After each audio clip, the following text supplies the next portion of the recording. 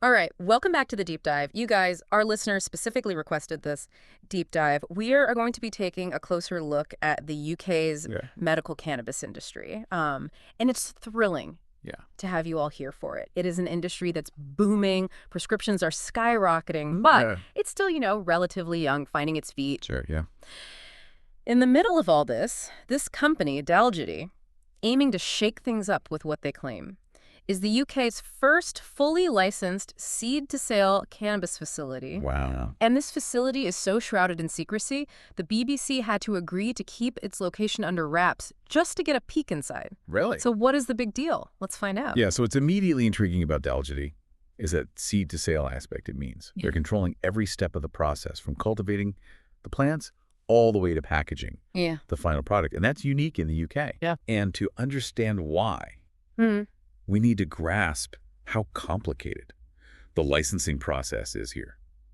The Home Office, which regulates controlled substances, requires separate licenses for both cultivation and selling. And each of these licenses comes with really stringent requirements, making it a real challenge for companies to obtain both. So Dalgety is taking on a huge risk here, not just in terms of setting up this facility, but also navigating these regulatory hurdles. Absolutely. And the financial risk is enormous. They invest somewhere between 8 and 10 million pounds before they even knew if they'd get that crucial selling license. Wow. That's a massive gamble. That is serious confidence. So tell me more about the person behind this venture, James Leavesley. Well, James isn't your typical cannabis entrepreneur. He comes from a family with a long history in agriculture. But he also spent years in the oil and gas industry. Okay. And that combination of experience might seem odd at first glance, but it's actually quite relevant. Yeah. Agriculture, of course, gives him a foundation in cultivation, while oil and gas often involves navigating complex regulations and managing large-scale operations. So it sounds like he's bringing a very unique set of skills to the table. Exactly. And he was smart enough to not go it alone.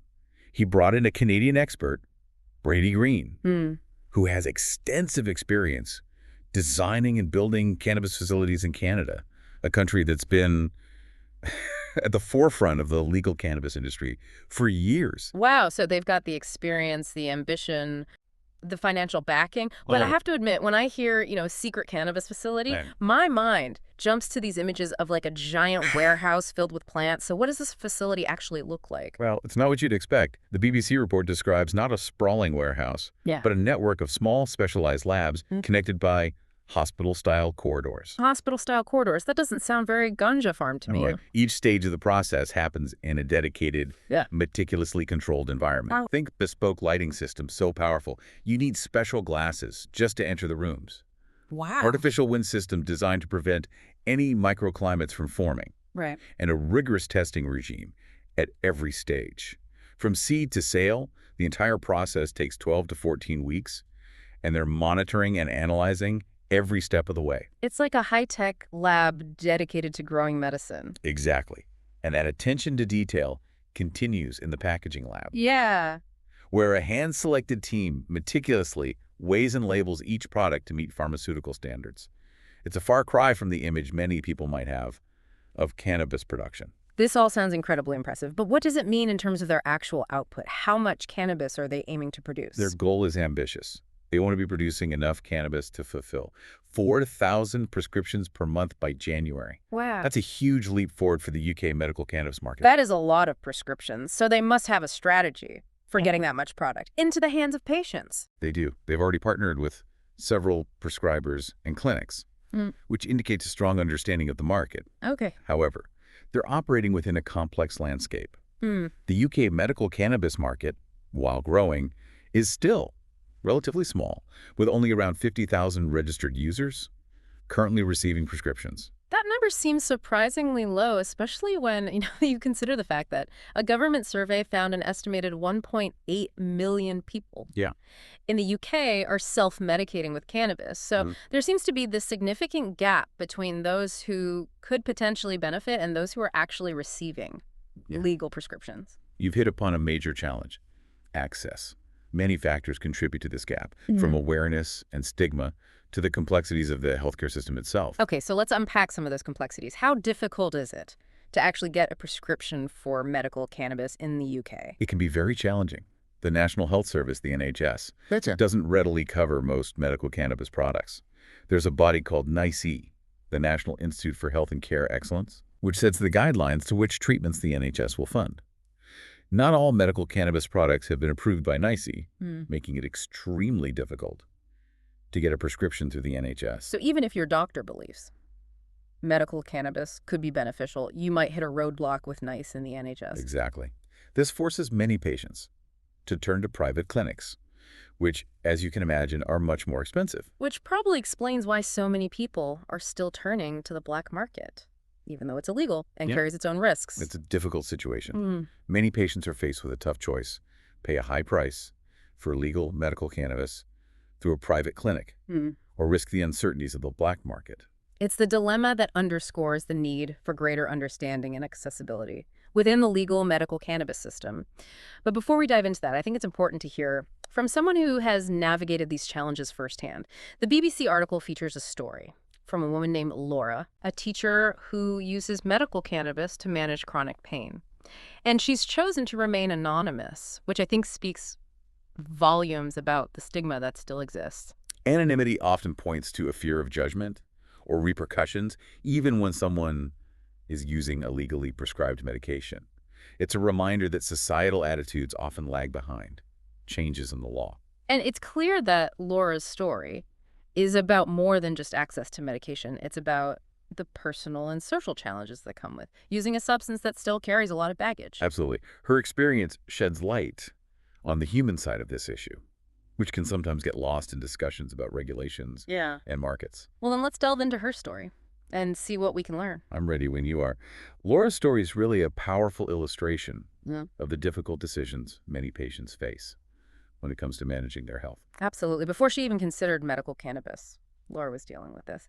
Debilitating pain, to the point where her doctor prescribed incredibly strong medications, even ketamine. Traditional treatments weren't working for her. It highlights the fact that for some patients, conventional approaches to pain management simply aren't enough. And it was actually Laura's specialist who suggested she consider medical cannabis. Okay. Which is significant in itself. It really shows that even within the medical community, perceptions of cannabis are starting to shift. Exactly. But Laura was still hesitant. She faced this difficult choice: risk her career by trying a substance that's still widely stigmatized, or continue to endure excruciating pain. It's a choice no one should have to make. Agreed. Initially, she turned to the black market, but quickly realized the downsides. What were some of her concerns? Well, she was worried about the legal risks, of course. But she was also deeply concerned about safety. When you buy cannabis illegally, there's no way to know what strain you're getting, how it was grown, or if it contains contaminants. And for someone who's already dealing with health issues, those uncertainties can... Terrifying. Absolutely. She was acutely aware of that. In the article, she says, I'm quoting here, you talk about drugs you buy off the street. You don't know what strain they are. You don't know the strength of them. That lack of control can make it impossible to find the right dosage or even know if what you're taking is safe. Exactly. When legal cannabis pharmacies began appearing, Laura saw a chance to access a safer, more reliable source of medication. Okay, that must have been a game changer for her. It was.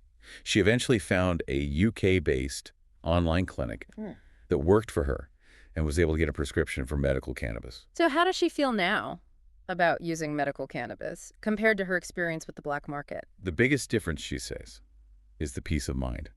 She knows exactly what she's getting. It's grown in a clean, controlled environment, and she has the support of a doctor who helps her manage her dosage and monitor any side effects. That feeling of safety and being in control of your treatment must be incredibly reassuring. Absolutely. And while she acknowledges that cannabis can have side effects, like impaired thinking or memory problems, she feels that those risks are minimized by using a legal, regulated product under the supervision of a doctor. Her story really highlights how important it is for patients to have access to safe, reliable, and legal sources of medical cannabis. But I'm curious, how might Dalgety's facility and their ambitious production goals impact the UK market as a whole? That's a great question. If Dalgety succeeds in hitting its production targets and establishes a solid distribution network, it could significantly increase the availability of medical cannabis in the UK. Okay, so more supply, could potentially lead to lower prices. That's the hope. Increased competition might drive down the cost, making medical cannabis more affordable for a wider range of patients. That would be a huge win for patients like Laura who Yeah. are struggling to afford their medication. And it could also open doors for people who can't currently afford Yeah. a private prescription. Exactly. A more affordable and accessible legal market could also encourage more doctors to consider prescribing medical cannabis. But wouldn't that depend on the NHS changing its stance and covering more medical cannabis products? You're right. Even if Dalgety floods the market with high-quality, affordable cannabis, doesn't automatically mean doctors will be quick to prescribe it. There's still a lot of research needed to fully understand the efficacy and safety of medical cannabis for different conditions. And that research takes time, funding, and a willingness from institutions like NICE to reassess their guidelines. Precisely. But companies like Dalgety, with their focus on scientific rigor and quality control, could actually play a role in advancing that research. That's a really interesting point. So they're not just producing cannabis, they're potentially contributing to the body of evidence that will shape how medical cannabis is used in the future. Exactly. As that evidence base grows, we might see NICE become more open to evaluating and approving medical cannabis products, which could pave the way for broader NHS coverage. That would be a major breakthrough for patients in the UK. But what about, the elephant in the room, the black market? We know a large number of people in the UK still rely on illegal sources for their cannabis.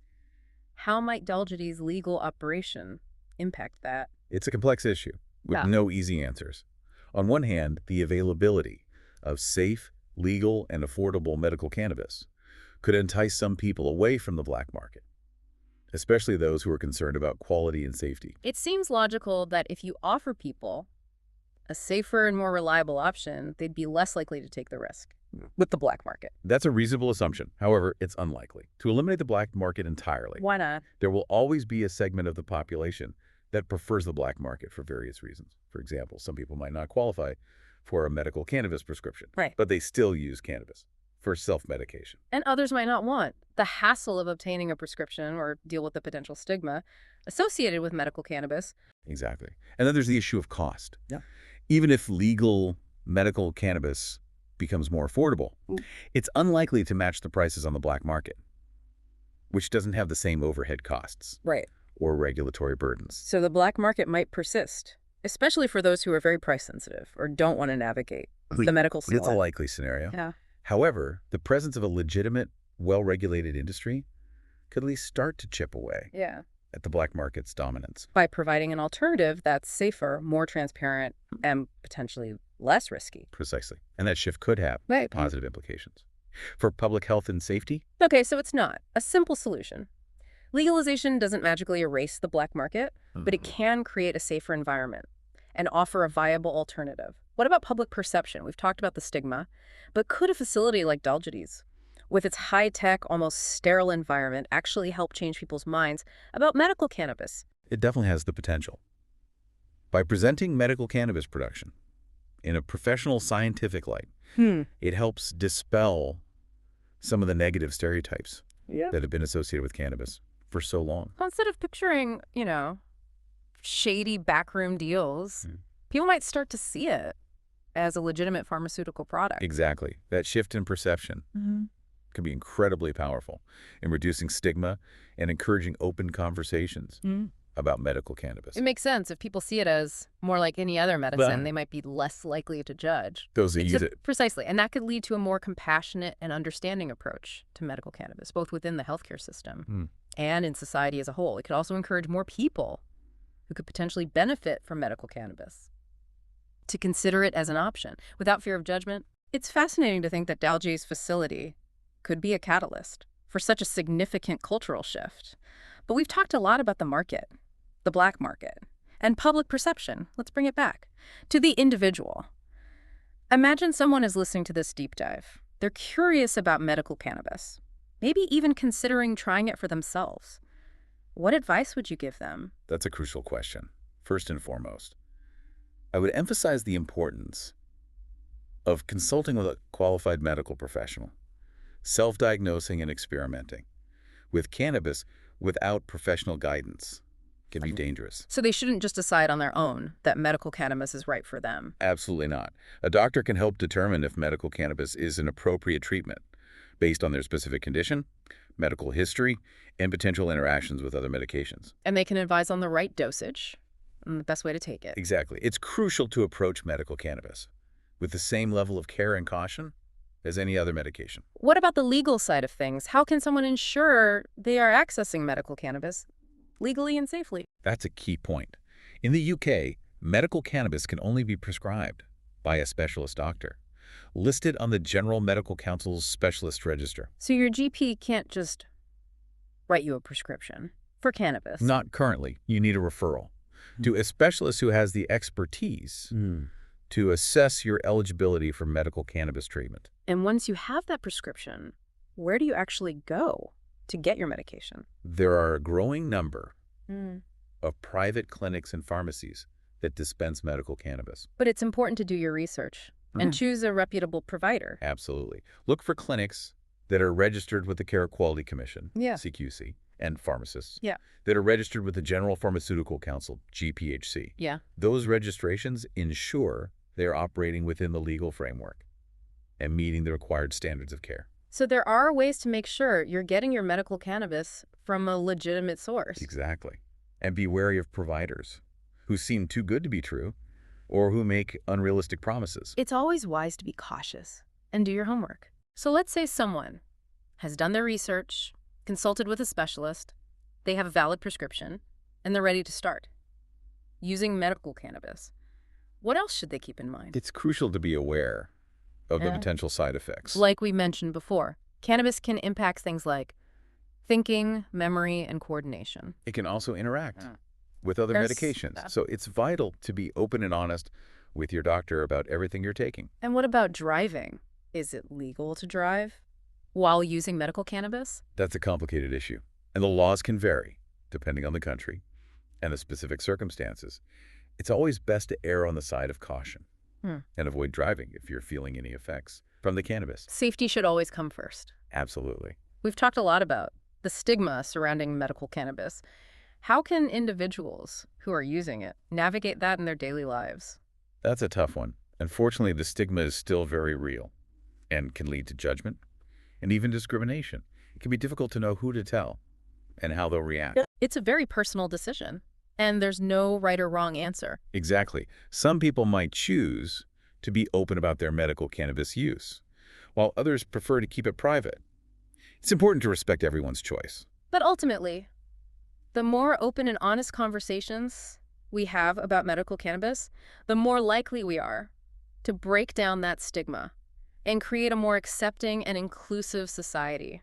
I wholeheartedly agree. We've covered a lot of ground in this segment, from the impact of facilities like Dalgidis to the very personal stories of patients like Laura. We've explored the complexities of the black market, the importance of public perception, and offered some practical advice for those considering medical cannabis. It's been an incredibly insightful conversation. It has. But before we wrap up this deep dive, there's one more crucial area we need to address: the broader ethical considerations surrounding medical cannabis. That's an essential part of this conversation. As this industry continues to grow, it's imperative that we engage in thoughtful discussions about the ethical implications. So in part 3, we'll tackle those big questions: access, equity, social justice, and the role of research in shaping the future of medical cannabis. Stay tuned. This deep dive isn't over yet. Welcome back to the deep dive. We've explored the ins and outs of the UK's medical cannabis industry, from that meticulous cultivation process to those personal journeys of patients seeking relief.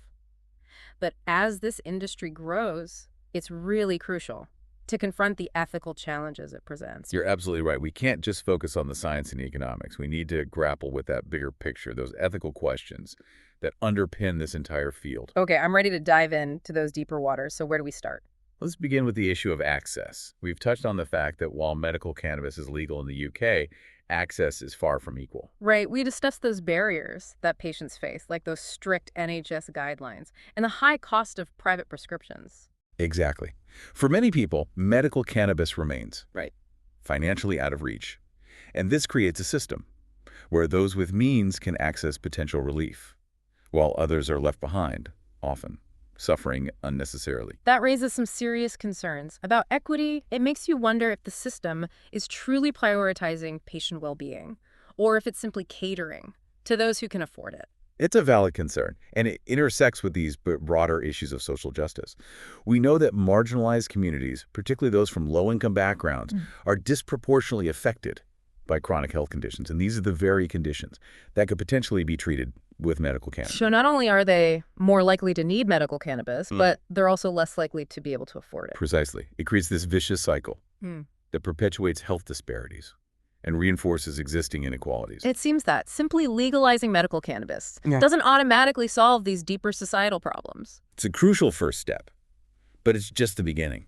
We need to go beyond simply changing the laws and address those underlying social and economic factors that create these barriers to access. So what steps can be taken to address those inequalities? There are many potential avenues. For one, we could advocate for policies that make medical cannabis more affordable and accessible through the NHS. This might involve expanding the list of approved conditions or providing financial assistance to patients who can't afford private prescriptions. That would certainly make a difference for a lot of people. It would, Right. But affordability is only one part of the equation.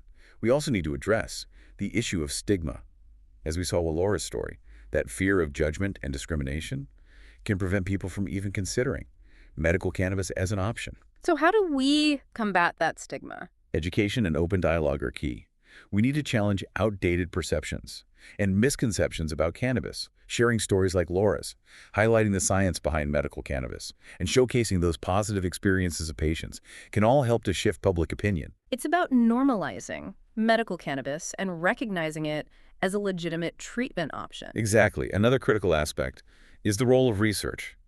As with any new medical treatment, there's still a lot we don't know about those long-term effects of medical cannabis, both those potential benefits and the risks. We need more research to ensure that patients are receiving safe and effective treatment. Absolutely. But there's a tension here.